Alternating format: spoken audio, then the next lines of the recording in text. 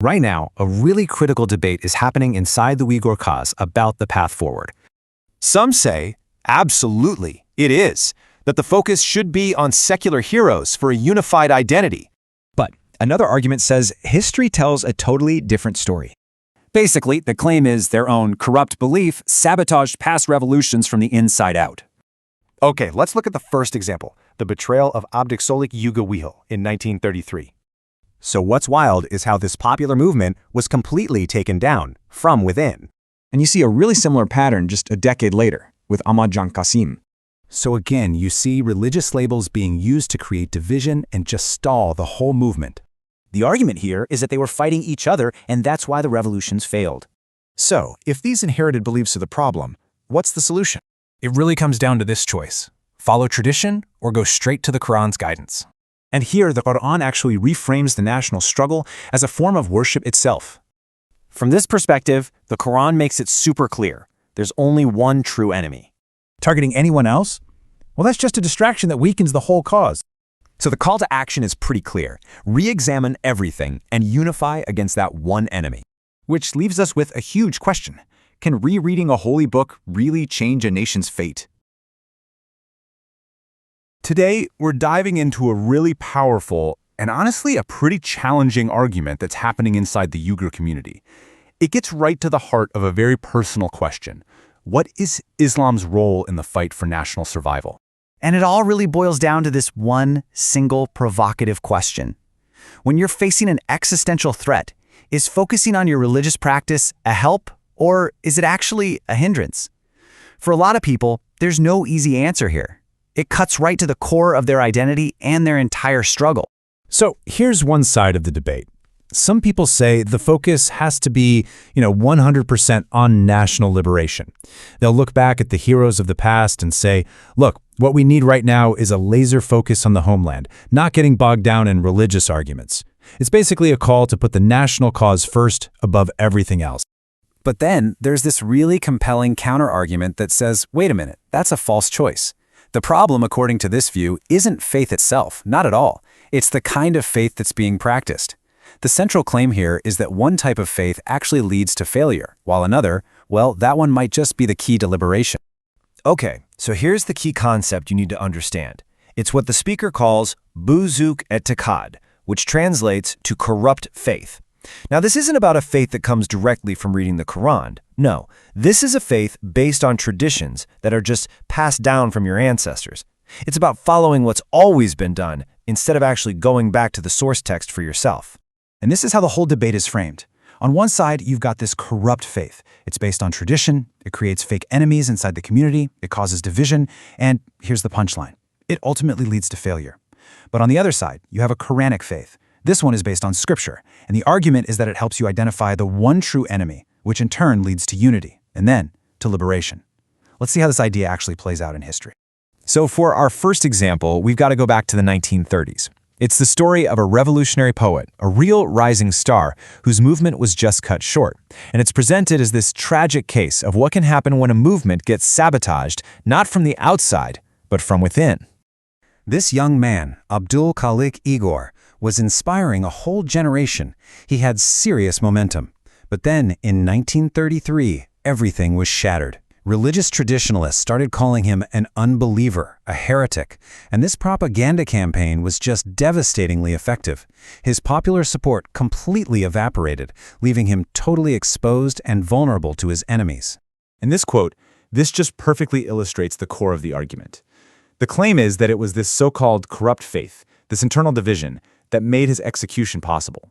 The thinking goes, if the people had been united, if they had truly understood who the real enemy was, they would have protected their leader. They wouldn't have just abandoned him over accusations of heresy. And, this wasn't just a one-off thing. The argument is that we see this exact same pattern repeat itself just over a decade later with the failure of the Second East Turkestan Republic. So, in 1944, a new republic is declared. This was a huge moment of hope. But what happens, once again, a campaign of internal propaganda kicks off. The leaders get smeared as godless communists, as puppets of Russia. And this messaging was so effective that it basically cut off the revolution in the North from all the people in the South. It just completely prevented a unified national movement from ever taking hold. And this really drives the point home. The nation wasn't split by an external enemy, but by internal religious arguments. By turning believers against the revolution's own leaders, this corrupt faith, according to this analysis, ended up doing the enemy's work for them. It ensured the republic would eventually just collapse. Okay, so we've looked at these historical failures. The argument then pivots and asks, well, what about today? If a corrupt faith creates fake enemies and division, what does a true, scripture-based faith actually do? The answer that's presented is incredibly stark. It's totally unambiguous. A faith that's drawn directly from the Quran, the speaker claims, just clears away all the confusion. It gets rid of the noise and points to a single adversary.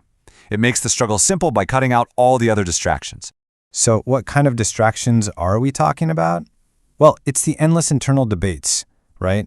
The little squabbles over minor rituals, the arguments about who's a better Muslim. It's even creating enemies out of other Muslims, or even potential allies in the West. According to this view, these are all just symptoms of a faith that has completely lost its focus on the one, primary, existential threat. So it all comes down to this number, 1. From this perspective, there is only one enemy that actually matters, the Chinese state. Any energy you spend fighting anyone else or arguing about anything else is just a diversion. It weakens the collective, and it only serves the interests of that one true opponent. And this brings us to the final and I think most powerful conclusion of the whole argument. It's a complete reframing of the entire relationship between religious devotion and the struggle for freedom. And there it is. That's the ultimate thesis. It completely resolves that initial conflict by just merging the two ideas. The argument is this. For a people that are literally facing extermination, the most profound act of faith, the most meaningful form of worship you can possibly engage in, is the fight to save your nation. They're not two separate duties, they're one and the same. And so we end on this question. And it's really the central challenge being posed here. Because if you accept this premise, that the fight for the homeland is the highest form of worship, it forces you to completely reconsider your priorities. What actions then become the most sacred? What becomes the most urgent duty of all? Welcome back to the deep dive. Today we have some truly challenging material that one of you sent in. It's a deep reflection, a really intense self-critique from within a national liberation movement. It's fascinating stuff. It's not just about political strategy. These sources are wrestling with identity, with history, and really with the role of faith in political action. Right. And our mission today is to unpack a really staggering argument they're making. You'd think the obvious path is to, unify for national independence, focus on the external threat. That's the logical move, yes. But these sources say that path is, guaranteed to fail. Instead, they argue that the real fight, the first fight, has to be a deep dive into religious reform. It's a complete reversal of priorities. They're not just saying religious reform is helpful, they're saying it's the absolute prerequisite for any kind of successful revolution. And this comes from looking back at their own history, at repeated setbacks, and asking a really tough question. A very tough question. They're asking, were our failures really about military strength or bad politics? Or was it something deeper, something internal?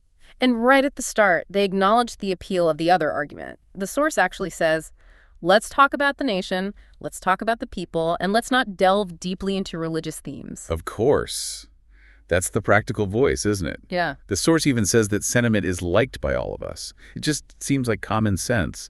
Rally the troops, don't start a theological debate in the middle of a war. Exactly. But then they introduce this concept, and this is where the whole thing pivots. It's this idea of buzik akida, which translates roughly to a faulty belief or a corrupt creed. And this, for the source, is the entire key. It's the anchor that has been holding them back for a century. So to really understand this, we have to start with the argument they're pushing back against, the more pragmatic one. Right. The viewpoint that says all efforts should be centralized around gaining national independence. To use their phrase, Vatani Mustikalik Uchan Markaz Lashsak. Focus everything on that one goal. And the logic is simple, right? Debating theology can split people into factions. Exactly. But fighting for freedom from an occupier, that's supposed to unite everyone under a single flag. You deal with the other stuff later, once you're free. And they have historical models for this, heroes that they point to, people who went abroad, studied, learned, as the source says, Nurgan, Narslarni, Ugunib, many things, and then came back to fight for the nation. It's that classic modernization model. Go out, Get the best political, scientific, military knowledge from the world, bring it home, and use it to build your nation. It's a very compelling story. And the source names two figures specifically who seem to fit this model perfectly. Abdülhalik Uygur and Ahmad Qasim. Yes, and understanding who they were is absolutely critical to the source's main point. Abdülhalik Uygur, he was a poet, an educator, a real intellectual force in the early 20th century. Not a religious scholar. No, not at all. He studied in the Soviet Union. He came back with modern ideas, wanting to reform literature, education, the national consciousness. He was the intellectual fire of the movement. And then Ahmad Qasim is the political and military leader. Exactly. He was a central figure in the 1944 revolution, the one that established the East Turkestan Republic.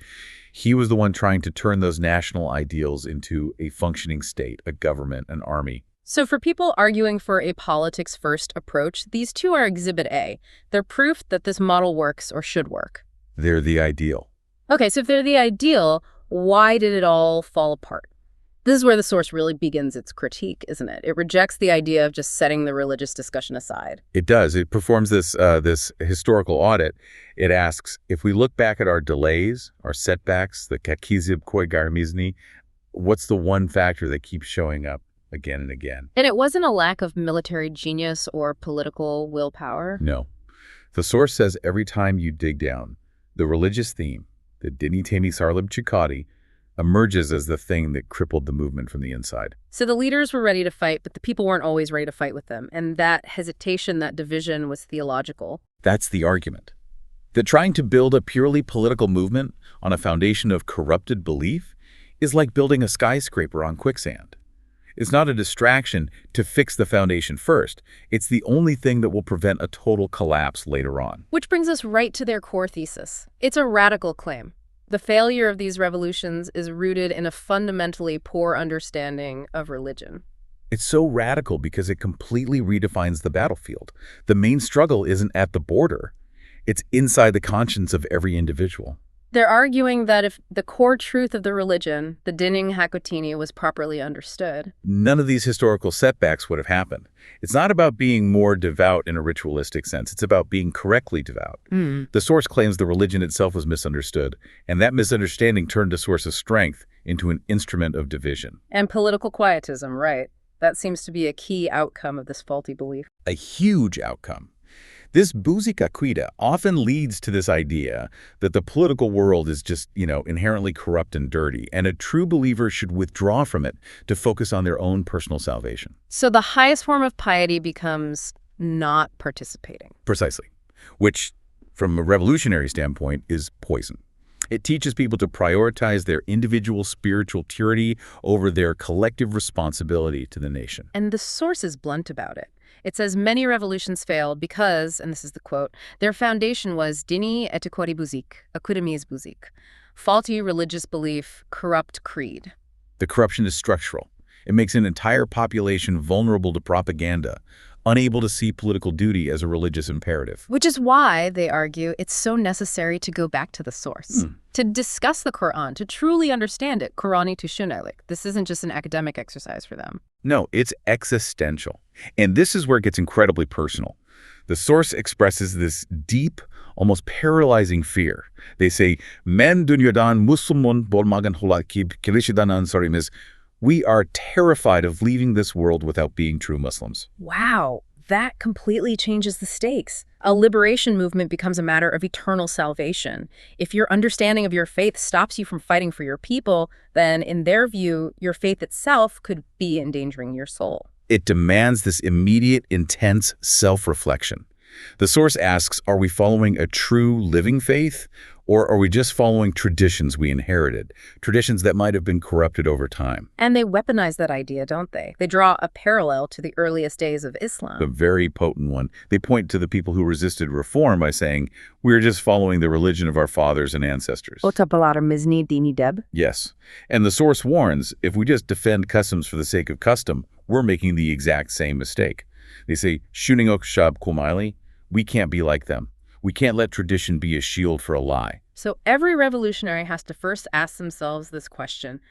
Am I a real Muslim or am I just going through the motions? A razm Musulman, the customary Muslim. And that internal check, that intellectual honesty, is presented as the absolute precondition for any success. The source argues that ignorance of the religion's true nature, Dining Aslini Tushmagan Likuchin, is the real internal enemy. It's what allows the external enemy to win. So this theory of Buzuk-Akita isn't just theology, it's a political diagnosis. And the source uses some devastating historical examples to prove its point. It does. It takes those very heroes we just talked about, Abdülhalik Uygur and Ahmad Qasim, and uses their tragic stories as the ultimate proof. Let's start with Abdülhalik Uygur, executed in 1933 by the warlord Shen Shikai. He was only 32. A huge loss. And the simple story is, the powerful warlord killed the nationalist hero, external force crushes the rebellion. But that's not how the source sees it at all. They blame his death on the internal faulty beliefs of the people he was trying to save. It's a brutal analysis. They explain that because he was a modernist, a reformer, his political enemies had a very easy weapon to use against him. They just had to tap into that widespread Buzuk-Akita. They labeled him an infidel. Exactly. They spread the word that he had dindin cheeky, that he'd left the religion, that he was a kofir. And in a climate of religious conservatism, that's a death sentence.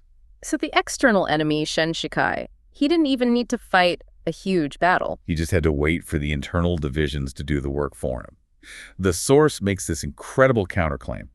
If the people had been united behind him, Saliku Mumi Yuzlik Abdukalik Ogrini Kolab Chikan, Bolsa Shen Shikai would never have been able to kill him. Because there would have been a popular uprising to protect him. Of course. Yes. But there wasn't. The faulty belief created so much suspicion and division that at the critical moment, many people saw their own nationalist intellectual as a bigger threat to their tradition than the foreign warlord was to their freedom. That's chilling. So they stood down. They stood down. The religious error created a political paralysis that the enemy could just walk right into. And the source says this exact same pattern repeats itself a decade later with the 1944 revolution. Yes, with Ahmad Qasim and the East Turkestan Republic, this was their biggest, most organized attempt at building a state. If ever there was a time to unify, this was it. But again, it falters. And again, the source points the finger not at the enemy armies, but at the failure of the people to universally support the cause, and the root of that failure, Buzuk-Din, corrupt faith. The context here is key. The ETR, to survive, needed some outside help. In this case, it came from the Soviet Union. Which became the perfect propaganda weapon for their opponents. The perfect weapon. The ideological attack was simple and deadly. The revolutionaries were labeled Rusperislar pro-Russians and, even worse, communist Ardenziller communist atheists. And once you stick the atheist label on a movement, the faulty belief system kicks in. The Buzuk-Akita framework says that avoiding association with atheism is a higher priority than achieving national freedom. Political reality gets overridden by a theological fear. The source specifically mentions the southern region, Yanub, as a place where this propaganda was devastatingly effective. Yes. It says the region was basically abandoned Bosch's Tashlab Koya because the message, they are communists, they're atheists, don't mix with them, was so powerful, it stopped a huge part of the population from joining the one chance they had at independence. So their own belief system was turned into a tool by their oppressors. It made them allergic to the kind of messy, pragmatic political alliances you sometimes have to make to survive. That's the core of it. And this isn't just ancient history for the source. They draw a straight line to today. They say that even now, that 1944 revolution and its heroes aren't properly honored or celebrated. And the reason is the persistence of what they call zhirfatsiznyat, a superstitious intention or a faulty motive. This lingering misunderstanding of what a nation is, what a state is. In their view, the fact that you can't even properly recognize your own heroes and martyrs proves that the internal religious error is still the main obstacle. The Buzuk-Akita is still running the show.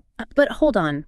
Isn't there a risk here? If you focus so much on getting the theology perfect right now, in the middle of a crisis, couldn't you actually create more division?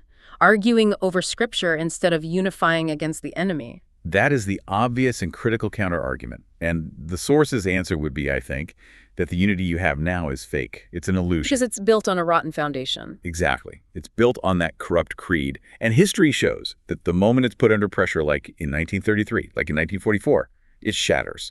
So for them, a true lasting unity can only be built on a shared, correct understanding of duty. And if getting there means a painful internal debate now, that pain is better than certain failure later. They're choosing a difficult principled unity over an easy tactical one. That's a good way to put it. For the source, being silent about this theological corruption is the same as accepting defeat. So once the source identifies this buziakaklida as the singular point of failure, it has to completely redefine the mission. And that redefinition, that theological course correction, it doesn't just fix the internal problem. No, it clarifies the external one. It acts like a lens, bringing the true enemy into sharp focus. And this is where we need to be very clear. We are reporting on the source's argument. They argue that a deep, correct understanding of the Quran leads to a single, stark conclusion about geopolitics. It's a very stark one. The source says, Burden bir dushmanamais ushkitoy. Our one and only enemy is China. And that correct understanding of faith should, in their view, eliminate the search for any other enemies. Yes. If your highest religious duty is to defend your homeland, then the power actively occupying and destroying that homeland has to be your one and only focus. Any energy spent elsewhere is, by their definition, a theological error. The source explicitly warns against this.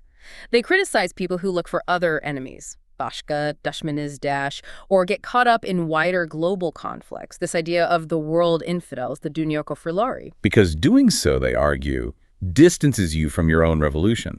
Inkulobimizni usmizdan giroklash tirib akasak. It's a distraction. It's a kind of ideological luxury that you can only afford if you don't understand your primary, most immediate duty. And they use some really powerful, almost shocking examples to show how absurd these misplaced priorities can become. They do. They confront the community's internal value system head on. The source criticizes those who value, say, having a quiet place to perform prayer. Or even just an outward symbol of piety like a beard, bir sokolni, more than they value the actual freedom and independence of their entire nation. And just to be clear, the source isn't attacking prayer or beards. Not at all. It's attacking the prioritization. It's arguing that these symbols of piety become a dangerous distraction, almost an idol, if you place them above the collective duty to fight for survival and freedom. It's the ultimate inversion. The focus on the personal ritual, the outward symbol, is exactly the kind of political quietism that allowed the oppressor to win in the first place. Exactly. The source's logic is, if your faith is meant to guide you toward the highest good, and that includes the survival of your community, then anything that distracts from that collective struggle is a corruption of the faith. So the conclusion they draw from this corrected understanding is, well, it's revolutionary in itself. National service becomes the highest form of worship. That's the final step. The source says it plainly. Belie rumes, mili mastakilik uchun sismat klijan moyim bir vazifa. Serving the national spirit, serving national independence is the most important duty. They place it above everything else? Absolutely. The quote is definitive. Anshong vazifa oningdan ibadatamiz yok, uningdan shong mili vazifamiz yoki. There is no greater duty, no greater act of worship, religious or national, than this. It redefines patriotism as the very pinnacle of religious faith. Because securing the homeland, the Vatan, is what makes all other forms of piety possible. That's the idea. The fight must start in the soul before it can be won on the battlefield. Okay, so to try and wrap this all up for you, our listener, what we've seen is a really profound argument. The source is saying that political liberation can't be separated from a correct, intellectually honest understanding of faith. And they use those tragic historical examples, Abu Khalik Uyghur and Ahmad Qasim, to argue that the real enemy isn't external power, but the internal divisions caused by buzikakida, by faulty belief and superstition. You have to fix the foundation before you can even think about building the house. It's a deeply self-critical position. It shifts the blame for failure away from just, a bigger enemy army and puts it squarely on the community's own ideological weaknesses. And it demands this really uncomfortable level of honesty, forcing everyone to ask if they're following true principles or just inherited customs that have become a kind of political poison. And that brings us to the source's final provocation, the thing that makes this so relevant today. The source forces you, the listener, to see this direct, unbreakable line between your own intellectual honesty about your beliefs and the success or failure of your entire people. And they warn that the failure, even now, to properly honor those revolutionary heroes is still because of those same old superstitious motives. Tekstji arshniat shu jurafatsisnyat, the poison is still in the system. Which leaves us with a final thought, a question for you to take away from this deep dive. And it applies really to any large movement for change. How often are the biggest roadblocks not the external enemy, not a lack of resources, but the self-imposed barriers? The principles we hold that have been misunderstood or corrupted or even weaponized against our own goals. When a movement fails, is it a failure of strength, or is it a failure of having a unified, correct principle to begin with?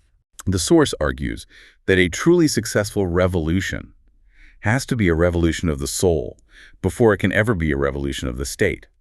A challenging idea to end on. Thanks for joining us for this deep dive into the source material. We'll see you next time. So the material we have today makes a really powerful foundational argument. A bold one. It argues that historical failures in the national struggle come down to what the author calls corrupt religious belief, or bizik akida. And the solution proposed is, a Quran-centric approach where national liberation becomes a core religious duty and ibadat, focused only on China.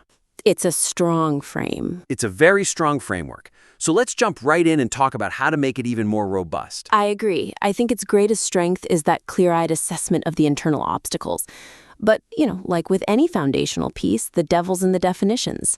We need to make sure those concepts are sharp. That actually leads perfectly into our first point. The persuasive force of the argument, it really hinges on a precise and actionable definition of corrupt religious belief, bizik akida, which right now is just a bit too generalized. Yes, the text says this corruption is what hindered the revolutions of 1933 and 1944. Right.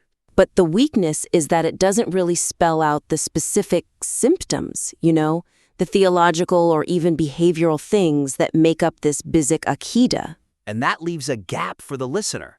A huge gap. How am I, as a reader or a follower, supposed to tell the difference between the true faith being advocated and the false one being critiqued? That distinction is everything. If you can't recognize that corruption in your community or, even in yourself, then the argument stays theoretical. And the corruption survives. Exactly. So what we're suggesting is this. Clearly and concisely define the specific errors, the misplaced priorities that are part of bizik akida, and do it by directly contrasting them with the obligations of national service. Frame it as a choice. Precisely. A choice between two competing sets of priorities. That makes the definition functional, not just academic. So instead of some vague error, it becomes a visible flaw in how you operate, what you prioritize. And how do we make that tangible? Well, a concrete example would be to explicitly define the bizik akida as prioritizing inherited traditions, the so-called our forefathers' religion, Utabuladimisdini, over the core principles you actually find in the Quran. That sets up the ideological battleground immediately. It's not piety versus impiety. No. It's traditionalism versus Quran-centric action. And you can link that mistaken priority to the specific symptoms the text already mentions. Yeah, like what? Like how the corrupt belief narrows religion down to just finding one small spot, birjaina misirip, just to perform prayer, namazuki. It's a ritualized personal focus. Yes, one that actively avoids the duty to fight the invasion. You have to spell that out. So the reader gets that the corruption is about priorities. It's not about whether prayer is valid. It's about mistaking a part for the whole. And I think for the most powerful concrete example, the text has to show how this bizik akida leads to valuing external symbols, like a beard, the sokol, as being somehow superior to the struggle for national independence. Vatanin mustaqille kadan. That comparison is incredibly powerful because it's so immediate, so visible. It shows the misplaced value right away. Right. If a reader sees that they or their community prioritize the symbol over the core duty, they immediately recognize the corrupt belief at work. Okay, so that's the first point, making that definition sharp and actionable. Let's move to the second critique, which is about strategic focus. The material is, I think, rightfully focused on the direct aggressor, on China. The effort has to stay there. Absolutely. That laser focus is necessary to build a movement. But, and this is the key, when you make that focus an absolute principle, it brings up a strategic concern. And that is our second point. The strong insistence on defining China as the one and only enemy, bibirtane berdushmanim is yochuchai, introduces a potential structural rigidity that might limit the strategic flexibility you need for a liberation effort. The author does an amazing job reframing the Quranic focus onto China, warning people not to get distracted by, secondary fights with the world's infidels, the dunya kafirlari. That's essential. It stops the movement from just dissolving into these broad ideological crusades that don't serve the real mission. But the rigidity problem comes in when the text claims that religious belief clarifies we have no enemy other than China. Хитойдан башка душманымызны yoqligini. When you make it an absolute theological point like that, you risk discouraging or even dismissing necessary engagement, maybe even alliances with outside actors who could be critical to the struggle. Regardless of their own ideological purity. Right. I think we need to pause on that for a second. We're talking about a political struggle here. It is inherently tied to shifting global and regional dynamics. If you religiously declare that one entity is the only enemy, you're tying the hands of the very leaders you're trying to empower. I understand the author's desire for purity of focus, I really do. But if we open the door to, say, strategic latitude, are we not risking watering down that singular focus? That's the counter-argument, isn't it? Does introducing flexibility just make the movement look weak or susceptible to foreign influence? It's a crucial question. But the goal is national liberation, which the material itself defines as an act of ibadat, a religious duty. Okay. So if that rigidity prevents the successful execution of that duty, for example, by forcing you to refuse critical support from some non-ideologically pure source, then the purity becomes self-defeating. You can't execute your vazifa, your duty, if you're unnecessarily isolated. Exactly. And the historical context is crucial here. Think about the complexities of the 1944 revolution and the need for tactical cooperation with groups that might have been labeled Russophiles, communists. You need the ability to leverage those dynamics without compromising your core principles. So, our suggestion for improvement is this. Reframe the foundational tenet. Move it from an exclusive enemy definition to a priority of effort. A subtle shift, but a massive one. It is. It lets the movement keep its core focus. China is the primary target, no question, while also keeping that crucial strategic latitude for diplomacy or temporary collaboration.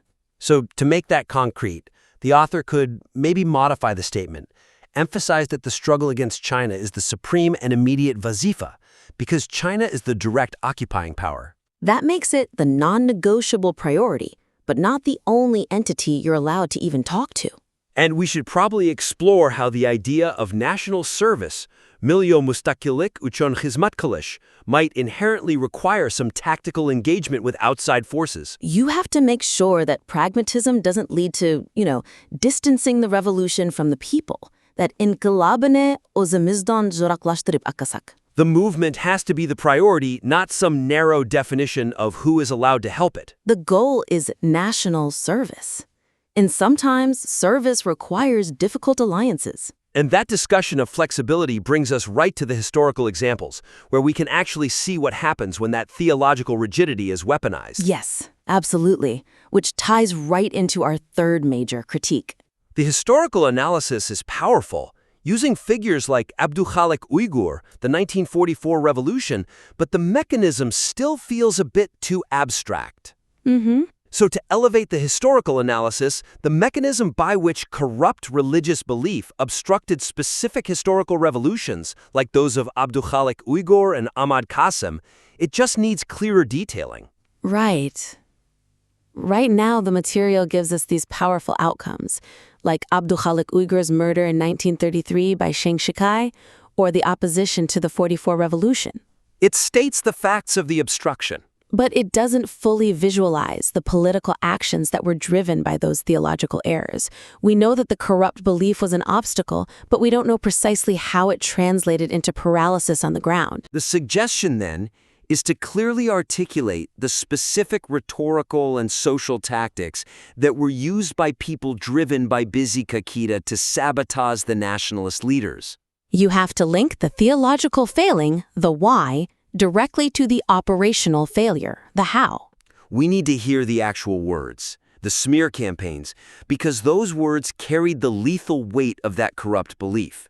So for the 1933 tragedy, the detailing is critical. We have to spell out the specific theological claim that was made, that Abdülhalik Uygur left the religion and became an infidel, dindan çıktı da deb kofir buldu. Just think about the power of that one word, kofir, in a traditional society. It's not just a political insult. No, it's a theological disqualification. It basically mandates isolation. And the material needs to illustrate how that specific accusation fractured the popular support he needed, the support that would have protected him. Exactly. The author notes that if the people had supported him, Chiang Kai would never have dared to execute a popular 32-year-old figure. So the Bizi's Aqidah, the corrupt belief, it provided the political cover for the aggressor. The theological error became the political weapon. It isolated the leader and ensured his execution. That is the clearest possible example of the risk this paper is arguing against. That's a powerful causal chain. And we need that same precision for the 1944 revolution. Yes, for that period, we need to show the precise nature of the internal obstruction that Ahmad Qasim's movement faced. Specifically, the text mentions a successful smear campaign in the south, in the Janub. One that used slogans designed to paralyze mobilization. We should put the exact slogans in there to show the fusion of the political and religious attack. Like what? They are Russophiles communists. They are without religion. Dinzis. Do not join or participate. That's essential. The corrupt belief didn't just hinder the revolution, it actively demobilized people. By labeling the revolution itself as Dinzis, godless. And that detail proves how the false theology directly paralyzed the mobilization effort. It caused the whole Janub region to abandon the movement because people were told that joining the revolution meant joining the infidels.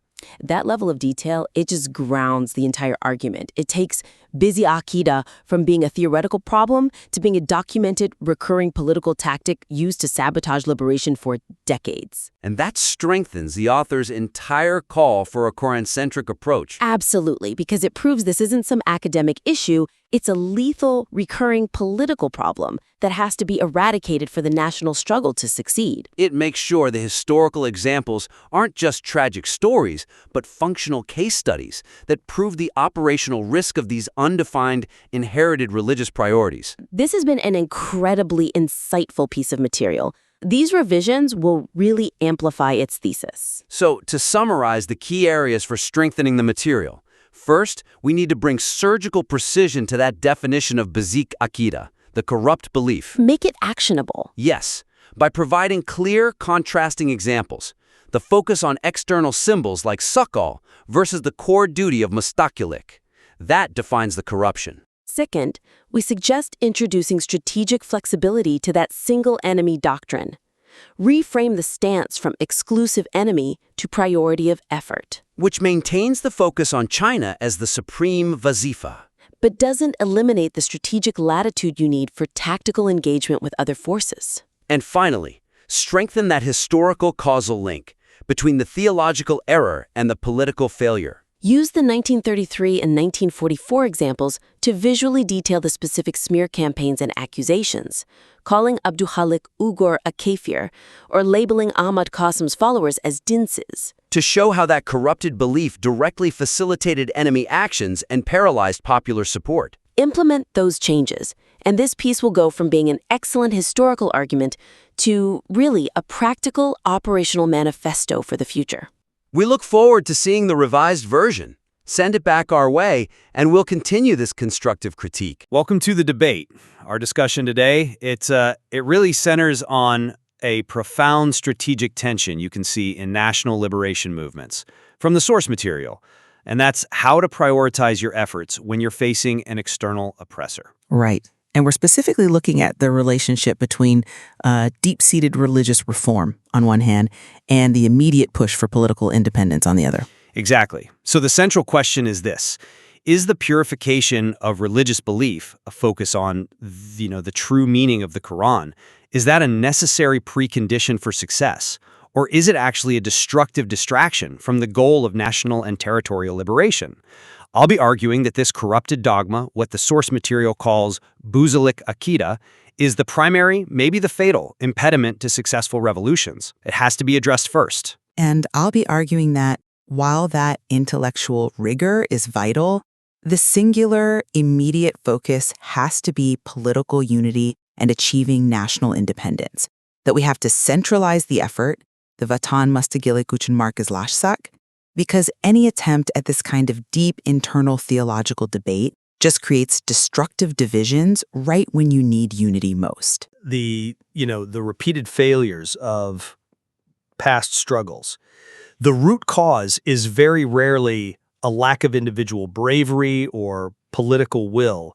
It is, and I think the source material is clear on this, traceable to a corrupted religious belief that creates this crippling internal division. This misinterpretation of faith leads the populace to turn against the very figures who are fighting for their freedom.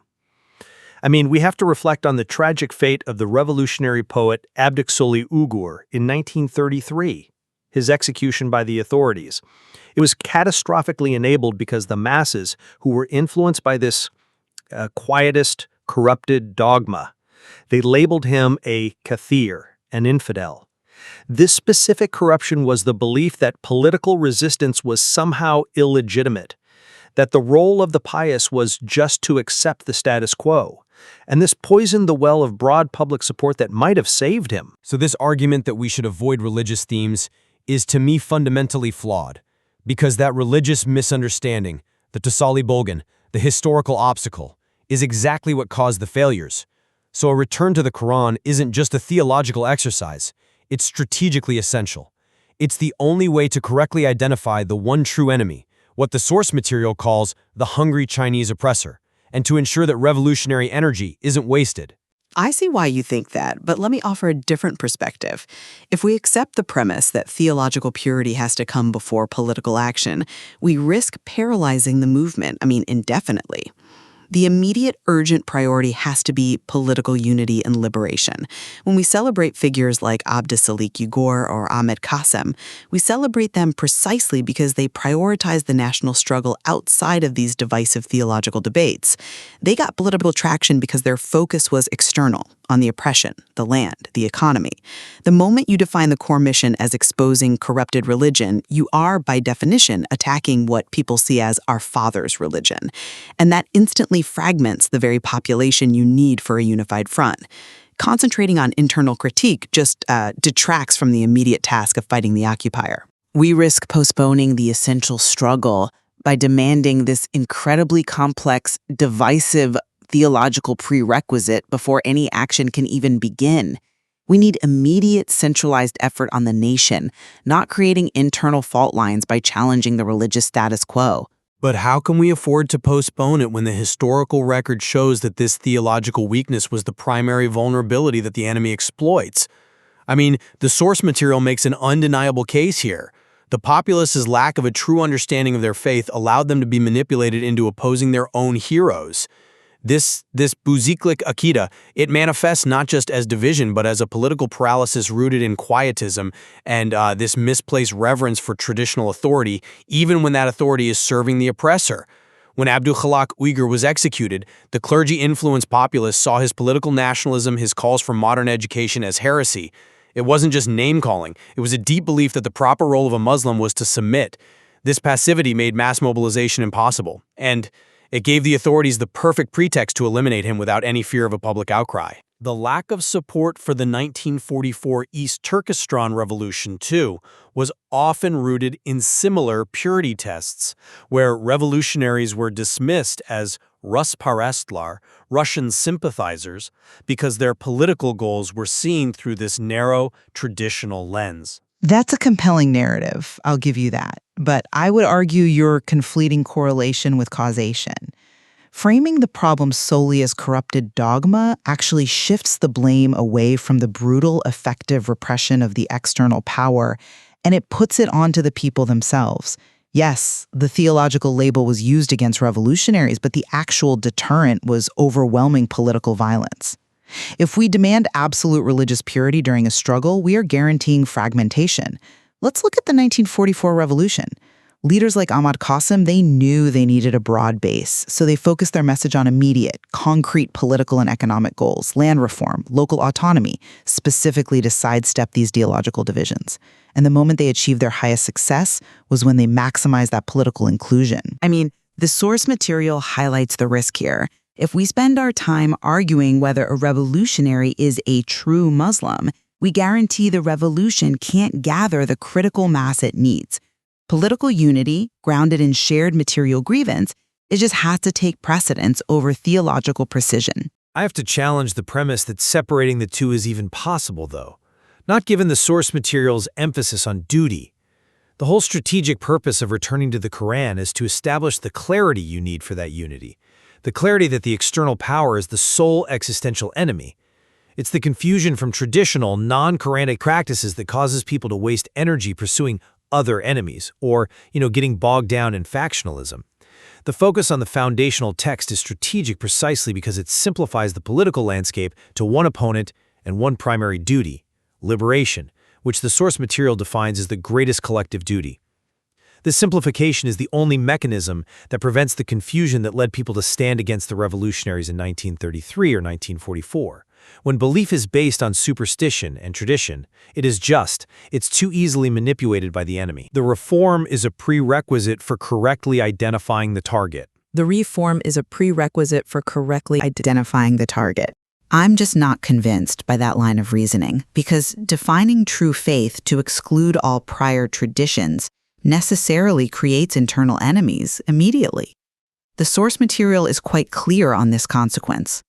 When the reformers claim that those who focus on superficial religious markers, like prioritizing the length of a beard, the sokolony, over national liberation are hindering the cause, well, they are creating opponents inside the movement today. While clarifying the enemy is a noble objective, the process itself means declaring the deeply held practices of the majority to be wrong. This focus on defining who is a true Muslim risks repeating those historical mistakes where popular support was withheld based on suspicions of piety. If the goal is liberation, we have to accept that unity of action comes before unity of belief. By focusing on the theological critique, we spend precious time investigating the sincerity of our allies instead of preparing to confront the oppressor. The political imperative is practical and immediate. Theological reformation is inherently a long, drawn-out process. Let's be blunt, though. We have to address the fact that many people prioritize practices rooted in superstition over the existential threat of occupation. This leads directly to prioritizing minor religious acts over the biggest collective duty, liberation.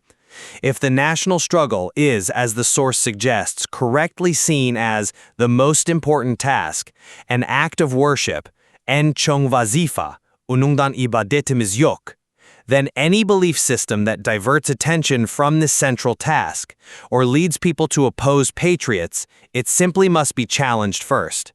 It is the internal enemy of false consciousness that external forces exploit. If people are taught that being a Muslim means prioritizing a style of dress over collective action against a genocidal power, that's not just a theological opinion, it's a catastrophic failure of strategic prioritization rooted in bad dogma. We can't unite action until we unite the objective, and that objective is obscured by centuries of misplaced priorities. That's an interesting point about priorities, but I would frame the strategic risk differently. While misplaced priorities are a danger, challenging the foundation of our father's religion, the religion as it's actually practiced, risks alienating the very population you need for a revolution.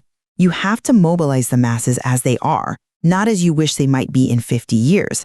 If people fear that the revolutionaries are changing the established faith, they will abandon the movement. They'll see the reformers as just another source of instability. We have to avoid calling people's deeply held, if misplaced, beliefs buziklik, corrupted, if we want them on our side. The political campaign has to be inclusive and immediate, focusing on the shared ground of national survival, rather than imposing a theological litmus test that the majority of people are going to fail. Political leadership means meeting people where they are. My core position remains that the historical evidence shows this corrupted religious understanding is the fatal strategic weakness, that external forces exploit it to fracture the revolutionary spirit. Until the nation clarifies its foundation by returning to the core text to accurately identify the true enemy and the collective duty of liberation, political efforts will just stay fragmented and vulnerable. The revolution has to start in the mind and the heart, making theological clarity the indispensable prerequisite for any lasting political success. I just come at it from a different way. While intellectual clarity is essential in the long run, theological purification requires time and it creates massive internal friction. The urgent need for national liberation demands prioritizing political centralization and broad unity now. We have to focus solely on the external oppressor, following the spirit of leaders who sought that common ground. Unity against the occupier has to trump theological correctness, or we risk losing the political moment entirely by dissolving into endless internal religious disputes. So both paths are seeking a unified, liberated nation, but they disagree fundamentally on whether addressing internal clarity, what I see as the root cause of historical failure, or prioritizing an external focus has to take immediate precedence. And the source material really illuminates this profound strategic tension for the listener to consider, showing that the question of spiritual foundation is also at its heart a matter of critical political strategy.